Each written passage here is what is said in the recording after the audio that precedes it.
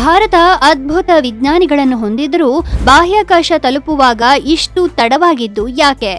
ದಶಕಗಳಿಂದ ಮಾಡಲಾಗದ ಸಾಧನೆಗಳನ್ನು ಇಸ್ರೋ ಈಗ ಮಾಡುತ್ತಿರುವುದು ಹೇಗೆ ಗೊತ್ತಾ? ಇಸ್ರೋ ಪ್ರತಿಭೆಗಳ ಕೊರತೆಯಿಂದ ವಿಫಲವಾಗಿದ್ದಲ್ಲ, ಹಣಕಾಸಿನ ಕೊರತೆಯಿಂದ ಸಂಕಷ್ಟಕ್ಕೆ ಸಿಲುಕಿತ್ತು. ಇಸ್ರೋದ ದೊಡ್ಡ ಸವಾಲು ತಂತ್ರಜ್ಞಾನವಲ್ಲ, ಅದು ಬಜೆಟ್ ಆಗಿತ್ತು.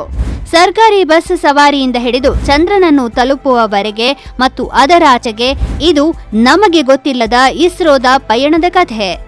ಭಾರತದ ಬಾಹ್ಯಾಕಾಶ ಇತಿಹಾಸದ ಆರಂಭಿಕ ವರ್ಷಗಳಲ್ಲಿ ಇಸ್ರೋ ಬಳಿ ಹಣವಾಗಲಿ ಅಥವಾ ಸರಿಯಾದ ವಾಹನಗಳಾಗಲಿ ಇರಲಿಲ್ಲ. ಬಾಹ್ಯಾಕಾಶ ಯೋಜನೆಗೆ ಮೀಸಲಾದ ಸಾರಿಗೆ ವ್ಯವಸ್ಥೆ ಇಲ್ಲದಿದ್ದ ಕಾರಣ ವಿಜ್ಞಾನಿಗಳು ಆಗಾಗ್ಗೆ ಪರೀಕ್ಷಾ ತಾಣಗಳು ಮತ್ತು ಪ್ರಯೋಗಾಲಯಗಳಿಗೆ ಸರ್ಕಾರಿ ಬಸ್ನಲ್ಲಿ ಪ್ರಯಾಣಿಸುತ್ತಿದ್ದರು. ಇಸ್ರೋದ ಹಿರಿಯ ವಿಜ್ಞಾನಿ ನಂಬಿ ನಾರಾಯಣನ್ ಅವರು ಹೇಳುವಂತೆ, ಹಿಂದಿನ ಸರ್ಕಾರಗಳ ಅಡಿಯಲ್ಲಿ ಬಾಹ್ಯಾಕಾಶ ಯೋಜನೆಗಳಿಗೆ ಪರಿಣಾಮಕಾರಿಯಾಗಿ ಹಣಕಾಸು ಒದಗಿಸಲಾಗುತ್ತಿರಲಿಲ್ಲ. ಜೀಪುಗಳು, ಕಾರುಗಳು ಇರಲಿಲ್ಲ, ಬಜೆಟ್ ಆದ್ಯತೆಯೂ ಇರಲಿಲ್ಲ. ನಮ್ಮಲ್ಲಿ ವಾಹನಗಳು ಇಲ್ಲದಿದ್ದ ಕಾರಣ ನಾನು ಸರ್ಕಾರಿ ಬಸ್ನಲ್ಲಿ ಪೇಲೋಡ್ ಅನ್ನು ಹೊತ್ತೊಯ್ದಿದ್ದೆ ಎಂದು ನಂಬಿ ನಾರಾಯಣನ್ ಅವರು ಈ ಹಿಂದೆ ಹೇಳಿದ್ದರು. ಆದರೆ 2014ರ ನಂತರ ಪಥ ಬದಲಾಯಿತು. ಸ್ಥಿರವಾದ ವಾರ್ಷಿಕ ಬಜೆಟ್ ಹೆಚ್ಚಳವು ಇಸ್ರೋ ಬೆಳವಣಿಗೆಗೆ ಸಹಾಯ ಮಾಡಿತು.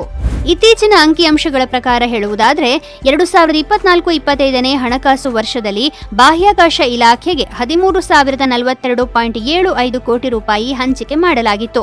ಹಣಕಾಸು ವರ್ಷ 2025-26ರಲ್ಲಿ ಇದನ್ನು 13,416.2 ಕೋಟಿಗೆ ಹೆಚ್ಚಿಸಲಾಯಿತು.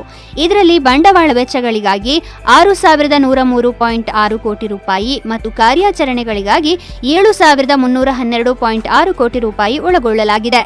ಅಲ್ಲದೆ ಈ ಹಂಚಿಕೆಯು ಭಾರತದ ವಾಣಿಜ್ಯ ಬಾಹ್ಯಾಕಾಶ ವಿಭಾಗ ಅಂದರೆ NSIL ಮತ್ತು ಉಪಗ್ರಹ ಮತ್ತು ಉಡಾವಣಾ ಘಟಕಗಳ ಮೇಲೆ ಶೂನ್ಯ ಕಸ್ಟಮ್ಸ್ ಸುಂಕದಂತಹ ಪ್ರೋತ್ಸಾಹಗಳನ್ನು ಬೆಂಬಲಿಸುತ್ತದೆ. ಆ ಮೂಲಕ ಬಾಹ್ಯಾಕಾಶ ತಂತ್ರಜ್ಞಾನವನ್ನು ಅಗ್ಗವಾಗಿಸಿದೆ ಮತ್ತು ಉದ್ಯಮದ ಭಾಗವಹಿಸುವಿಕೆಯನ್ನು ಹೆಚ್ಚಿಸಿದೆ. ಜಾಗತಿಕ ಪಾಲುದಾರರಿಗೆ ಹೋಲಿಸಿದರೆ ಇಸ್ರೋದ ಆದಾಯವೂ ದೊಡ್ಡದಾಗಿದೆ.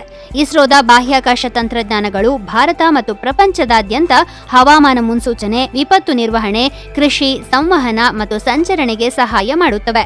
ಬಾಹ್ಯಾಕಾಶಕ್ಕಾಗಿ ಖರ್ಚು ಮಾಡುವ ಪ್ರತಿ ರೂಪಾಯಿಗೆ ಭಾರತವು ಸಾಮಾಜಿಕ ಆರ್ಥಿಕ ಮೌಲ್ಯದಲ್ಲಿ ಸುಮಾರು 2.5 ರೂಪಾಯಿ ಲಾಭ ಮಾಡುತ್ತಿದೆ.